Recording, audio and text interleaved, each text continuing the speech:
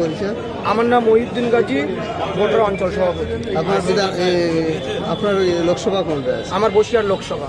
কেমন আপনার বুথ ভিত্তিক, কেমন আপনারা শক্তি? দেখুন, আমরা বুথ ভিত্তিক ডোর টু ডোর মানুষের মধ্যে একটা সমীক্ষা করেছি। সেখানে আমরা একটা গ্রামে যদি 1000 মানুষ বসবাস করে, সেখান থেকে আইএসএফকে ভালোবাসছে মিনিমাম 1000-এর মধ্যে, মানে শতকরা 70% লোক আইএসএফকে ভালোবাসে এবং তারা আইএসএফকে সমর্থন করছে। আগামী লোকসভায় তারা তাদের সমর্থন আগামী লোকসভায় আইএসএফকে ভোট দিয়ে তার ফলস্বরূপ প্রমাণ করে দেবে। কি বলবেন সামনে লোকসভা ভোট, নুসরাত জাহান না আইএসএফ? আইএসএফ ছাড়া কোনো গল্প নেই। আইএসএফ ছাড়া কোনো গল্প নেই।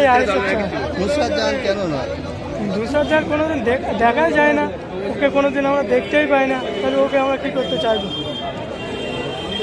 কি বলবেন সামনে লোকসভা ভোট? নুসরাত জাহানকে তো আমরা এখানে ভোট পাবে না বসিরহাট কেন্দ্রে, কারণ ও একটা ধোঁকাবাজ প্রতারক।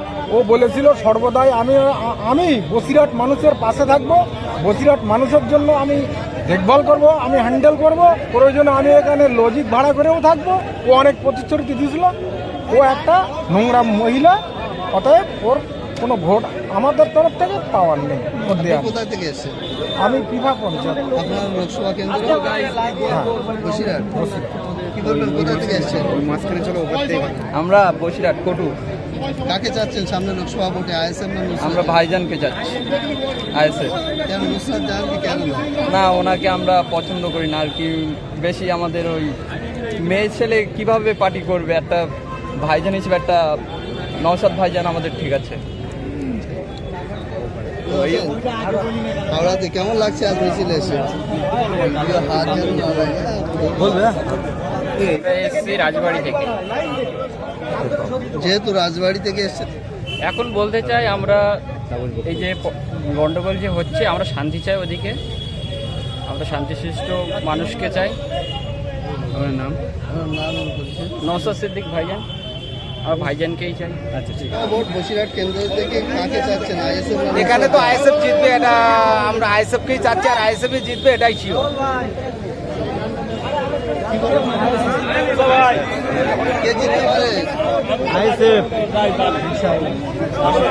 বসিরহাট লোকসভা থেকে কে জিততে পারে? আইএসএফ। ভাইজান। নুসরাত কেন নয়? নুসরাত নয়, আইএসএফ। দর্শক একেবারে দেখতে পাচ্ছেন, আমি গালাগালি সহ্য করতে পারছি না।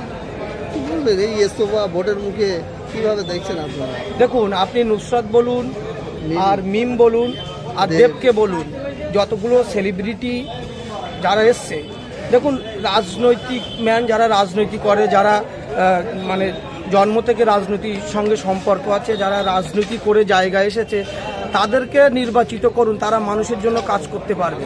কিন্তু আমি মনে করি কোনো একজন সেলিব্রিটিকে, কোনো একজনের হাত তার মাথার উপর দিয়ে তাকে একটা মানে আমি এমপি করি অথবা এমএলএ করি, কিন্তু তারা মানুষের হয়ে কাজ করবে এই আশাবাদী আমি না। কারণ তারা তো সেলিব্রিটি, তারা ওই নিয়ে ব্যস্ত থাকবে। আপনি দেখছেন বসিরহাটে যখন এমন দুর্দশা করুন অবস্থা, তার মধ্যেও বসিরহাটের এমপি তিনি টিকটক করছেন, কারণ উনি ওটা করবেনই, ওনার তো কাজটা ওটা, উনি একজন সেলিব্রিটি, উনি একজন চলচ্চিত্র নায়িকা, সুতরাং ওনার ওইগুলো ওনার প্রফেশনাল, ওটাই ওনার জন্য সম্ভব। কিন্তু রাজনৈতিক ময়দানে সে সাধারণ মানুষের কাজ করা, মানুষের উপকার করা, মানুষের পাশে থাকা, এই অভিজ্ঞতাগুলো ওনাদের নেই। আর বিশেষ করে আমাদের রাজ্য সরকারের যে তৃণমূল সরকার ক্ষমতা আছে, এদের একটাই নেত্রী, সেটা হচ্ছে মমতা ব্যানার্জি। বাকি যেগুলো আছে তারা শুধু নির্দেশই মেনে চলে, তাদের নিজস্ব ব্যক্তিগতভাবে কোনো কিছু করার মতন সাধ্য নেই, তারা পারেও না, করেও না, সেটা উপর নির্দেশে সবসময় চলে, মানুষের কথায় তারা চলে না, তারা শুধুমাত্র মমতা ব্যানার্জির কথায় চলে। আমি মনে করি একজন লোকসভার এমপি বলুন, একজন বিধানসভার এমএলএ বলুন, তাদের দায়িত্ব হচ্ছে সাধারণ মানুষের কাছে যাওয়া এবং সাধারণ মানুষের সমস্যা সমাধান করা এবং সাধারণ মানুষের সঙ্গে আলোচনা করে সেই সব বিধানসভার বা লোকসভার কাজগুলোকে করা। কিন্তু আমি শুধুমাত্র একজন নেত্রীর কথায় যদি কাজ করি, তাহলে সে রাজ্যের অবস্থা এরকমই হবে। আর সেখানকার যারা সুস্থ মস্তিষ্কর মানুষ, যারা বুদ্ধিজীবী মানুষ, যারা সুশিক্ষিত মানুষ, তারা তো কখনোই এইভাবে তারা দল করতে পারবে না বা কোনো রাজনৈতিক পদে তারা থাকতে পারবে না। যার জন্য আপনি দেখছেন দেব এবং মিম আগামী দিনে আরও দেখতে পাবেন। এটা তো সবে মানে শুরু হচ্ছে, আগামী লোকসভায় আমরা আশা করি দেখতে পাবো। আর একটা জিনিস বলি, এই মানে দল বদলের রাজনীতি একমাত্র এই বিজেমূল আর তৃণমূল এরাই করে, এদের বাইনারি পলিটিক্স, এটা আগাগোড়া চলছে এদের, আগামী দিনও চলছে। এই ভাঙড়ে যিনি বারবার নওশাদ সিদ্দিকী আপনার দলের যিনার চেয়ারম্যান তানাকে আক্রমণ করতেন আরাবুল ইসলাম, তিনি গ্রেফতার, কি বলবেন? 21 তারিখে তানার আবার কোর্টে তোলা হবে। দেখুন, আরাবুল গ্রেপ্তার হয়েছে, আমি সেটা মনে করছি প্রশাসনকে ধন্যবাদ দিচ্ছি যে প্রশাসন আরাবুলকে গ্রেপ্তার করেছে। তবে এখানে আমার একটা প্রশ্ন প্রশাসনের কাছে, যে আপনারা কি এতদিন ঘুমিয়েছিলেন? আমরা দেখেছি বিগত দিনগুলোই আরাবুল যেভাবে ভাঙড়ের মানুষের উপর, নিরীহ মানুষের উপর অকথ্য অত্যাচার করেছে। আরাবুল অ্যাজ এ ক্রিমিনাল, আরাবুলের উপরে অনেকগুলো কেস আছে।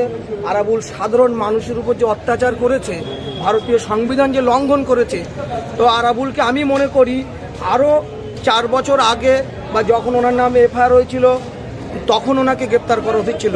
এখন এই লোকসভায় এসে একটা আরাবুলকে গ্রেপ্তার করে গোটা ভাঙড়বাসীর যে মনের যে ব্যথা দুর্দশা, ভাঙড়বাসীর মনে যে আরাবুল যে কষ্ট দিয়ে রেখেছে, আরাবুলের যে অত্যাচারিত হয়েছে ভাঙড়বাসীর মানুষ, সেটা কিন্তু আরাবুলের এই একটা পলিটিক্স করে সামান্য কিছু দিনের জন্য আপনার অ্যারেস্টের নামে মানে শ্বশুরবাড়ি রাখার যে আপ্যায়ন হচ্ছে, সেটা সাধারণ মানুষ জানে।